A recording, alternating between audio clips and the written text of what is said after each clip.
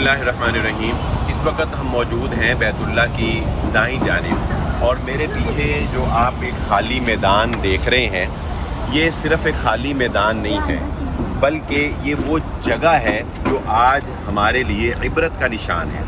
आप देख सकते हैं कि इसके चारों अतराफ में बड़ी बड़ी बिल्डिंग जो हैं वो मौजूद हैं, लेकिन बिल्कुल सेंटर में ये मैदान क्यों खाली है? ये मैदान जानबूझकर खाली नहीं रखा गया, बल्कि यहाँ पर तामीरात करने की बारहा कोशिश की गई।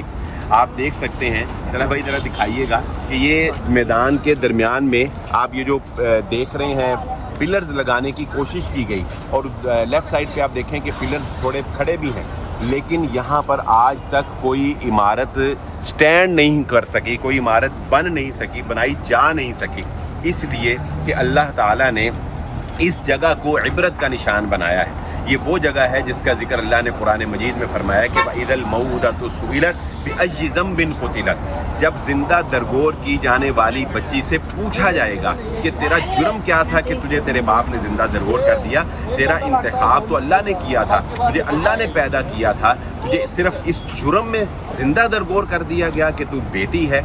ये कब्रिस्तान उन बच्चियों का कब्रिस्तान है, ये वो जगह है जहाँ पर बेटियों को पैदा होते ही ज़िंदा दरगोर कर दिया जाता था। ये नसीहत है उन जालिमों के लिए और ये अल्लाह रब्बुल इज़्ज़त की तरफ से निशानी है कि अल्लाह ताला क़यामत वाले दिन मज़लूमों की मदद ज़रूर ब ज़रूर करेगा। वो लोग इबरत हासिल करें इस कब्रिस्तान से जो बेटियों के ऊपर जुल्म करते हैं, जो बेटियों के साथ नारवा सलूक करते हैं, बेटियों की पैदाइश पर जिनके चेहरों के ऊपर अफसुर्दगी छा जाती है। आज भी वो लोग जो सिर्फ इस वजह से अबॉर्शन करवा देते हैं कि उनके यहाँ बेटी पैदा होने वाली है, वो उतने ही बड़े मुजरिम हैं जितने इन जिंदा दरगोर करने वाले बाप जो है वो मुजरिम थे। याद रखें कि बेटी या तो आपके लिए जहन्नुम है या आपके लिए जन्नत है। बेटी के ऊपर जुल्म और ज़्यादती करके और उसकी हक तलफी करके और उसके साथ नाइंसाफ़ी करके आप जहन्नुम का ईंधन बन सकते हैं, लेकिन यही बेटी रसूलुल्लाह सल्लल्लाहु अलैहि वसल्लम के फरमान के मुताबिक आपकी जन्नत है। अल्लाह के नबी सल्लल्लाहु अलैहि वसल्लम ने फरमाया, जिसको बेटियां दी गईं और उसने खुलूस नीयत के साथ उनकी तालीम और तरबियत का इंतज़ाम किया और फिर उनकी शादी कर दी, बदले में अल्लाह रब्बुल इज़्ज़त उसे जन्नत अता करेगा। और एक आखिरी बात समझ लीजिए कि बेटियां हमेशा सांझी होती हैं।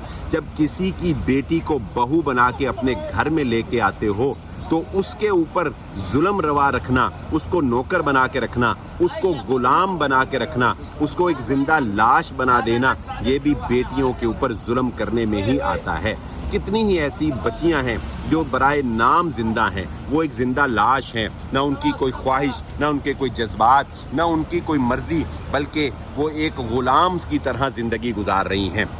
याद रखें ये बात, बहुओं के ऊपर जुल्म ना करें। बहू भी बेटी ही होती है। इस्लाम ने बहू के अलग से कोई हकूक़ इसलिए बयान नहीं किए क्योंकि इस्लाम ये कहता है कि जब किसी की बेटी तुम्हारे घर बहू बन के आती है तो जिस तरह तुम अपनी बेटी के लाड उठाते हो, जिस तरह अपनी बेटी को खुश देखना चाहते हो, इसी तरह उस दूसरे किसी की बेटी को भी खुशियाँ दो, उसको भी अपनी बेटी वाला प्यार दो, उसको भी इस घर की मलका बनाओ, उसको भी इस सहन की रौनक बनाओ। रसूलुल्लाह सल्लल्लाहु अलैहि वसल्लम को अल्लाह ने 4 बेटियां दी और नबी सल्लल्लाहु अलैहि वसल्लम ने चारों बेटियों के साथ इतनी मोहब्बत की कि हज़रत उस्मान गनी रज़ी अल्लाह ताला अन्हु को आपने फरमाया कि तुम मेरी बेटी की खिदमत करो, अल्लाह रब्बुल इज़्ज़त तुम्हें उतना ही सवाब अता फरमाएगा और उतना ही मालिक नीमत हम तुम्हें देंगे जितना कि बदर में शरीक होने वाले मुजाहिदीन के लिए है।